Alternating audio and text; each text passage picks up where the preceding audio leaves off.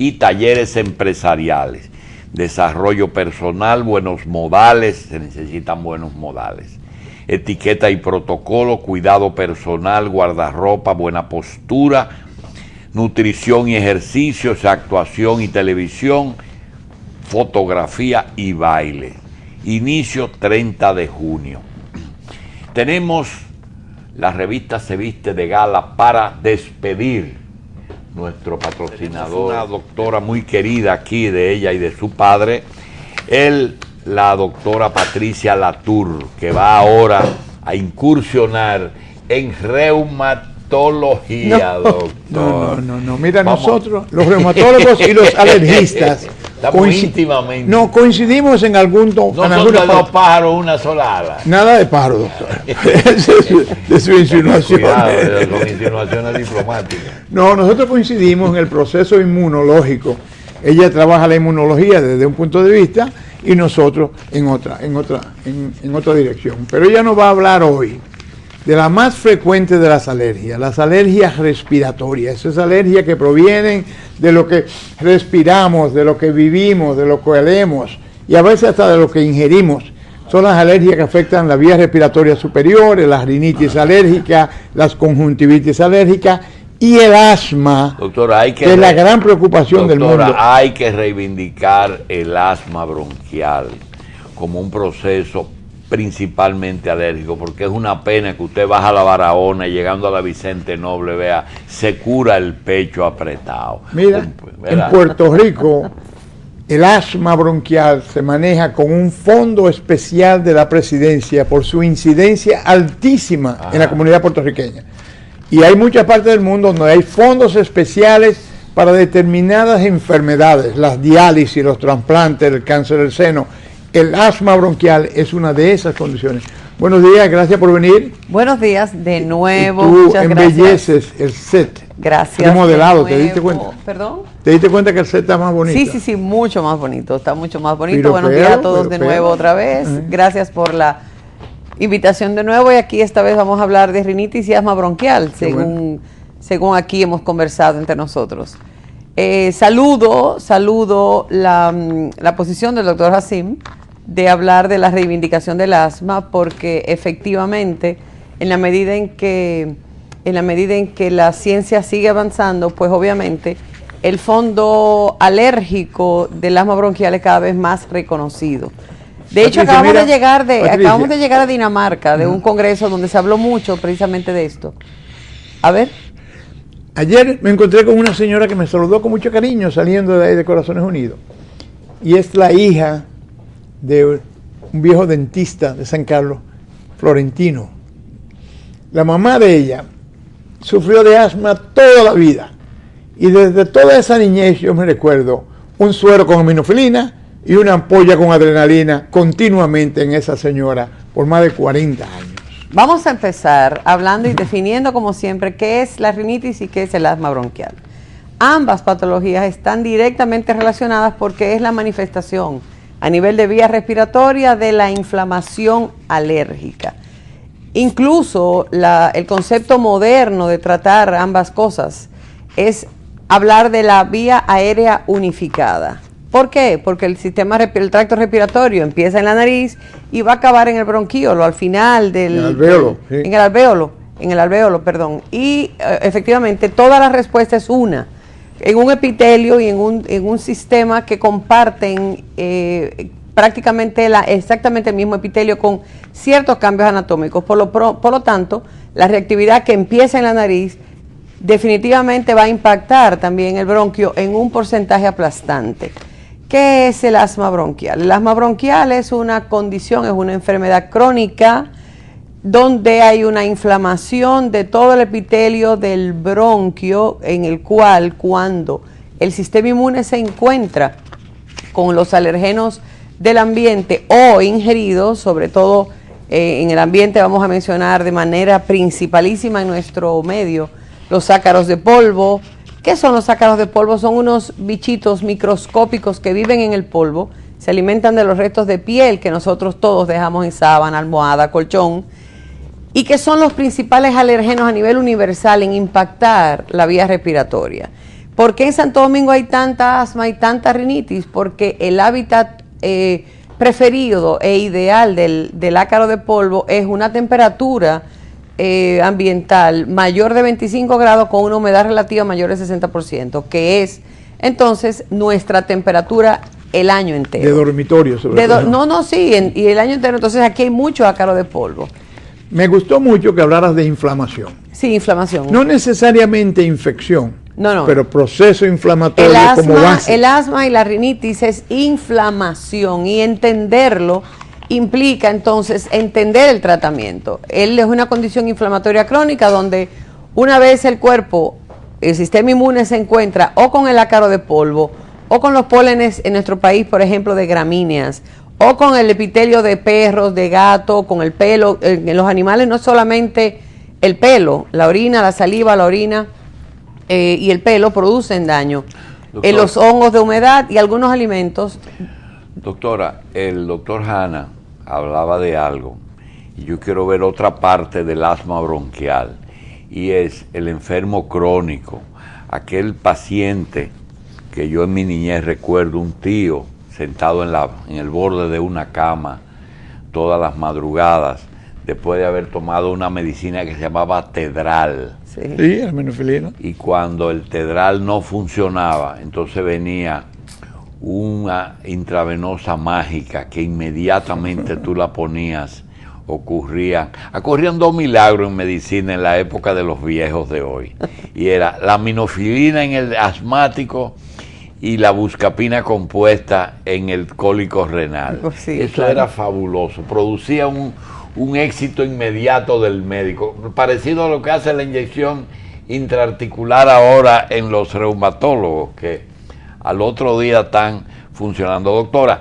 ese paciente que no es alérgico, ¿cuál es el proceso por el que se pasan la vida entera siendo asmáticos y mueren asmáticos? Bueno, precisamente uno de los temas más interesantes que se trató ahora en el Congreso del que recién llegó es precisamente el asma, la diferencia entre el asma del niño, el asma del adolescente y el asma del envejeciente. Hay un mito en creer que el paciente de mucho más edad no va a tener asma bronquial. Sí la tiene. Lo que pasa es que en el asma del niño, donde en un 92-94% el niño tiene una respuesta alérgica franca, estamos hablando que un 20% de los niños menores de 12 años van a ser alérgicos, pero un 30% de los adolescentes van a ser asmáticos, que es el término correcto. Los envejecientes no se van a liberar necesariamente de presentar el asma bronquial. Lo que pasa es que el asma bronquial del envejeciente va a descansar mucho más sobre un patrón de neutrófilos, a diferencia de lo que hacía antes, lo que hace en edades más tempranas, que es el eosinófilo, que son células protagonistas de la respuesta inflamatoria.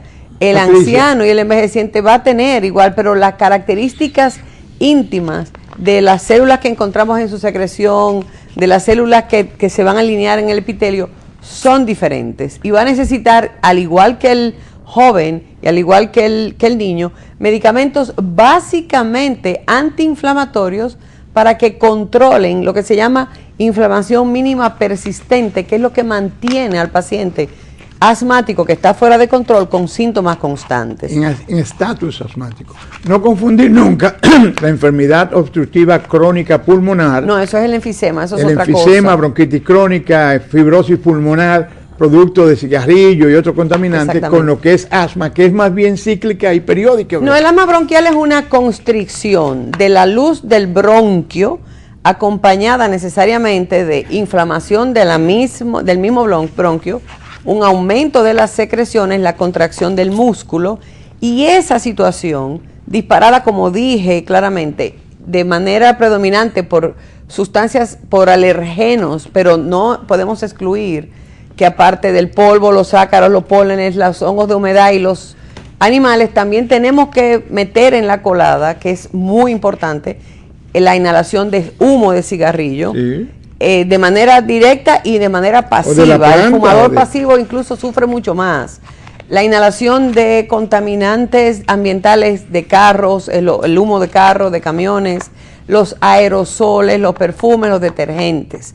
todos pueden ser disparadores de asma, y las infecciones virales, que son las que con más frecuencia disparan una crisis de asma. No todo lo que pita es asma, asma. Ni todos los asmáticos pitan. O sea, ese silbido a la expiración, que es el equivalente de asma. Entonces hay asmáticos que lo que hacen es que tosen mucho. El 30% de los asmáticos lo único que van a hacer es toser en la noche. Claro. El 30%. ¿Y qué otras enfermedades pueden tener sibilancia? Una obstrucción, un cuerpo extraño. Si hay un cuerpo, la sibilancia se produce cuando hay una interrupción al paso de aire por el bronquio. Es como que yo quiera botar mucho aire por la boca, sí, con una luz, con un diámetro ancho, y si yo estrecho el diámetro, se va a oír el pito. Entonces, en el asmático hay una inflamación que hace que la luz del bronquio se estreche. Entonces aparece la sibilancia, pero ojo, porque ni en un asma muy leve vamos a tener sibilancia, pero tampoco la vamos a tener en un asma muy severa, porque puede estar tan cerrado el bronquio que no pase aire y no permita la sibilancia. Muchos años de asma bronquial ya en personas adultas puede producir una insuficiencia cardíaca. Sí, claro. Lo que pasa es que, claro, el asma es el estadio final. Lo que pasa es que al no respirar correctamente, el corazón empieza a darse cuenta de que no está llegando suficiente oxígeno y empieza a querer compensar, aumentando la velocidad de la circulación, y el corazón va forzado. Desarrollan hipertensión pulmonar, no arterial, pulmonar, en el sistema pulmonar del ventrículo derecho, el lado derecho del corazón. Arteria y eso, sí. Arteria pulmonar. Correcto. Y el paciente finalmente puede colapsar, de hecho colapsa, hace un paro y colapsa. Y puede hacer un paro. Sí, claro. La mortalidad de asma bronquial, gracias a Dios, después de los avances de los medicamentos cada vez más sofisticados, se ha conseguido disminuir, pero en un porcentaje bajo. No es una disminución grande, a diferencia también de lo que la gente piensa, que las enfermedades respiratorias, las enfermedades alérgicas quieren atacar solamente a un grupo de clase social más desarrollada. No es cierto, no es cierto. De hecho, la mayor mortalidad en asma bronquial está en la clase más desposeída, porque no tiene acceso, doctora, al tratamiento. Es doloroso, pero es desesperante. El que ha tenido un familiar con asma bronquial en la casa por años se da cuenta de que ese es un paciente que sufre y se desespera, porque le da la impresión de que en cada inspiración y expiración se va a morir. Pregunta, ¿ya hay tratamientos que pueden evitar el episodio? Claro que sí. Por eso dije al principio, el asma bronquial va a producir, aparte de la sibilancia o el famoso pito, va a producir tos, ya lo mencionamos, va a producir dificultad para respirar, va a producir sensación de opresión en el pecho. Estos síntomas se van a presentar con muchísimo más frecuencia, sobre todo en la noche. Al ejercicio leve, como subir un piso de escaleras o caminar, incluso con la risa. Un paciente que se empieza a reír va a poder tener síntomas, y lo va a hacer con mucha frecuencia. Los niños y los adultos, es muy frecuente en los niños, es el chiquito que está moqueando, que tiene rinitis alérgica, que es la misma condición a nivel de mucosa nasal, sí, que va a producir mucho moco, mucha congestión, mucha picazón, ojeras. Entonces, estos niños o estos adultos que tienen rinitis y asma bronquial tienen una inflamación en todo el tracto respiratorio. Actualmente, el concepto correcto de manejar la alergia respiratoria es, primero, hacer el diagnóstico correcto, que primero, su rinitis y su asma es realmente alérgica, porque no todas lo son. Es realmente alérgica, eso lo hace el alergólogo certificado mediante las pruebas cutáneas, la determinación de niveles de IgE sérica en sangre, la historia clínica, los disparadores. El neumólogo comparte, y el médico internista comparte con nosotros también la patología. Y el otorrino. Y el otorrino comparte la rinitis alérgica, y también la sinusitis, que todo está en el mismo paquete. Entonces, el tratamiento ¿cuál es la primera fase de manejar un paciente con este tipo de patología? Es llevarlo de una fase de fuera de control. Es el paciente que se está apretando 2, 3, 4 veces a la semana, que necesita una bombita de rescate a cada rato. Es un paciente que está faltando a la escuela, que está faltando trabajo, que no duerme. Es el paciente que cuando sube escaleras se sofoca. Es un paciente que cuando ríe tiene síntomas. Ese es un paciente fuera de control. actualmente, después que hacemos el diagnóstico correcto y que sabemos, mira, tu asma o tu rinitis es alérgica o no, entonces implantamos el tratamiento primero antiinflamatorio. Los esteroides inhalados son el principal método de mantener en control el asma bronquial, acompañado o no del broncodilatador de larga duración que evita aquella necesidad antigua de estar corriendo a poner aminofilina o de estar corriendo a nebulizar al paciente. Doctora, hay un conocimiento ya bastante común en el paciente de ahora, de estos tiempos, por el tema de los seguros. Y se trata de dónde acudir ante determinada enfermedad primero. Una persona con síntomas de asma va al neumólogo, como por ejemplo en el caso de lo que ustedes decían en la pausa, de que a veces hay artritis que son alérgicas, ¿verdad? El caso del Reiter, yo recuerdo una enfermedad, yo no sé si todavía existe. Le quieren quitar el una nombre. alergia al gonococo que le produce. Quieren quitar el nombre de Reiter porque Reiter era un capitán del ejército nazi. Ahora quieren cambiarle artritis reactiva. Claro que sí. Es una artritis reactiva al gonococo, invalidaba a la gente. Claro. Ahora, esas son enfermedades que son efecto de una enfermedad de medicina interna, deben ir inmediatamente o debe ser referido por el médico. El asma bronquial la manejan, la información está ahí para todo el mundo. La información médica ahora mismo, ningún médico puede utilizar de excusa que no conoce y que no está informado, porque la información está a la mano hasta de un celular. Entonces, el neumólogo, el pediatra, el alergólogo tienen a la mano toda la información para tratar correctamente el asma bronquial y la rinitis y la sinusitis, porque sus pacientes, los pacientes que llegan a ellos, lo van a referir y ellos son perfectamente, todos somos capaces de tratarlo. ¿Cuál es la diferencia del alergólogo? El alergólogo y el sistema nuestro de salud, obviamente, si tú necesitas, tú vas a la emergencia primero a resolver tu crisis asmática que tienes, pero lo correcto es que una vez llegas a la emergencia, te resuelven esa crisis asmática, tú seas referido o al neumólogo o el alergólogo, para que se continúe, primero se instale el tratamiento de prevención y de control, ponerte el inhibidor de leucotrieno, ponerte el esteroide inhalado, que hay de todos los precios ya, ponerte el broncodilatador de acción prolongada, que es sumamente importante si tú tienes una rinitis concomitante. Y es muy importante esto, el 70% de los pacientes con asma bronquial tienen rinitis alérgica también.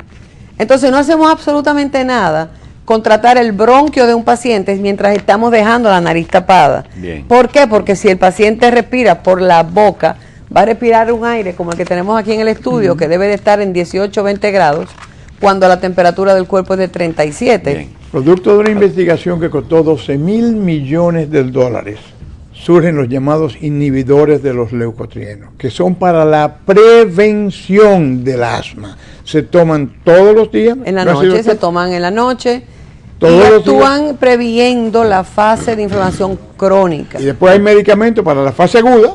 Exactamente, los Doctora, broncodilatadores una de acción las rápida. pocas ocasiones en que la pareja suya se va a poner contento de que usted dé su teléfono. Y ya tienen el contrato de pareja, la doctora. Para que, óigame, para que los pacientes vayan allá a verla, va a ser en el tope. Denos el teléfono Tenemos y el en lugar. nuestro centro, Doctor, la doctora es soltera. No le ponga Pero pareja. se van a ver dos. la doctora es Y soltera. está en la búsqueda. Doctora. No estamos en búsqueda, estamos en paz. No, hay cosas que no se buscan, hay Doctora, cosas que por llegan favor, solas. el teléfono del consultorio, Nosotros que el doctor estamos- Ana me desnaturaliza todas las Nuestro cosas. centro está muy cerquita, como dije anteriormente. Venir aquí es toda una experiencia, déjeme decirle. Doctora, gracias. Nuestro centro está en Grupo Médico NACO, en la calle Fantino Falco, número 12, en los teléfonos del centro. ¿Cerca de Corazones Unidos? Sí, frente a Corazones Unidos. Oh. Nuestro centro, aquí cerquita. United Heart. Los teléfonos son 809-368-0101 y 809-563-1223. Gracias, doctora Latour. Quizá es bueno decir con la doctora aquí que la erupción que estamos viendo macular y papular en los pacientes con chikungunya no tiene necesariamente una naturaleza alérgica, aunque es una reacción de la El piel. RAS no es alérgico. Doctora. Bueno, lo que pasa, cualquier virus puede producir un exantema, una reacción maculopapular como respuesta al encuentro antígeno-anticuerpo. Lo hace el sarampión, lo hace la rubéola, lo hace escarlatina. Lo hace el mismo dengue. Sí. Lo hace el mismo dengue. Este virus de chikungunya, que gracias a Dios tiene una morbilidad muchísimo más bajita que el dengue, porque si hubiera tenido la misma morbilidad del dengue, aquí hubiera miles de muertos, y eso gracias a Dios no ha sido así, produce un exantema o una erupción maculopapular que no produce tanta comezón, y es importante. Nosotros conversábamos de esto hace un rato en la pausa, porque los pacientes han llegado a nosotros pensando inicialmente que tienen una alergia. De hecho, todavía el pueblo dice y va a seguir diciendo: yo tengo la alergia del chikungunya. No es una reacción alérgica, es una reacción dermatológica de un encuentro antígeno-anticuerpo que se manifiesta de esa manera. El antialérgico que se quiera utilizar, si el paciente tiene cierto grado de comezón que produce, puede ayudar, pero no es definitivamente lo que va a eliminar del cuerpo ese rash. Bien, señores, nos vemos esta tarde en La Tarde Online, la repetición esta noche a las 7:30 en Carivisión, y mañana, como de costumbre, en La Revista.